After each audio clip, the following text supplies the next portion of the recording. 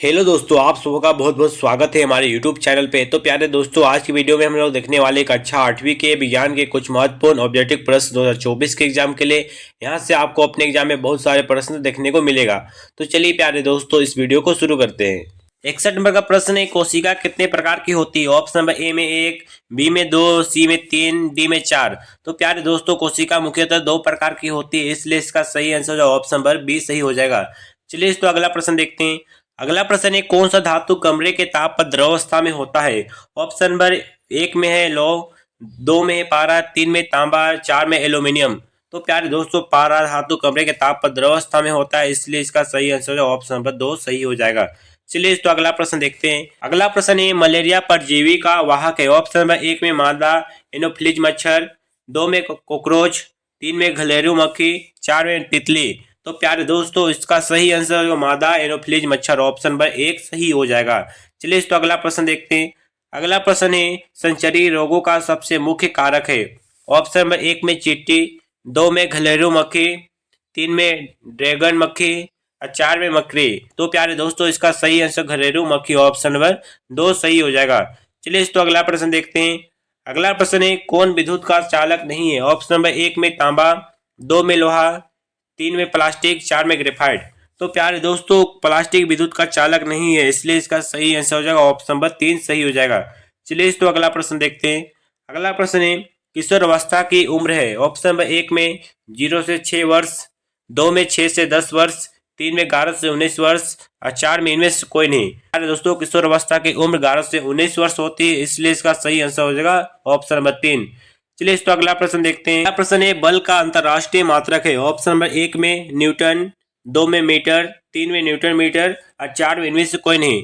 तो प्यारे दोस्तों, बल का अंतरराष्ट्रीय मात्रक होता है न्यूटन, ऑप्शन नंबर 1 सही हो जाएगा। चलिए तो अगला प्रश्न देखते हैं। अगला प्रश्न है, निम्न में कौन सी गैसें दहन में उपयोगी होती है? ऑप्शन नंबर 1 में हाइड्रोजन, 2 में ऑक्सीजन, 3 में नाइट्रोजन, 4 में कार्बन डाइऑक्साइड। तो प्यारे दोस्तों, इसका सही आंसर हो जाएगा ऑक्सीजन, ऑप्शन नंबर 2 सही हो जाएगा। अगला प्रश्न देखते हैं।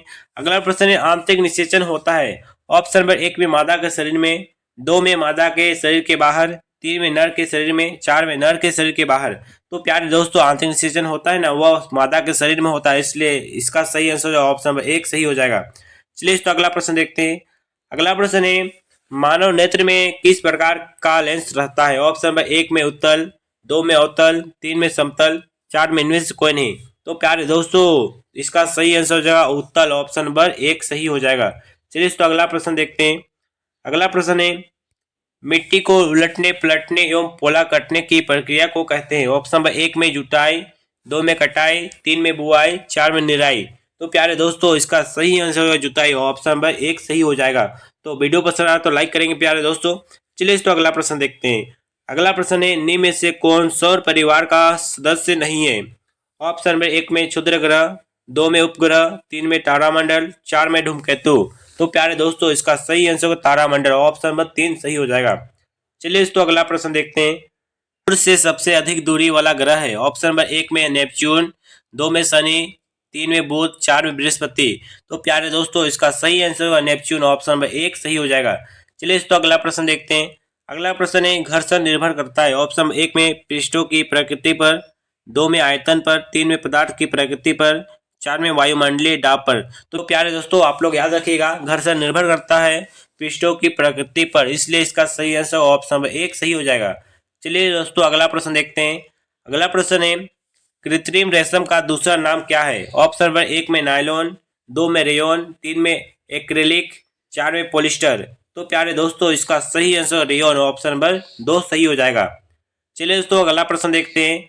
अगला प्रश्न है, ध्वनि संचरित हो सकती है? ऑप्शन नंबर 1 में केवल ठोसों में, 2 में केवल द्रवों में, 3 में केवल गैसों में और 4 में ठोसों द्रव एवं गैस तीनों में। तो प्यारे दोस्तों, इसका सही आंसर होगा ठोसों द्रव एवं गैस तीनों में, ऑप्शन नंबर 4 सही हो जाएगा।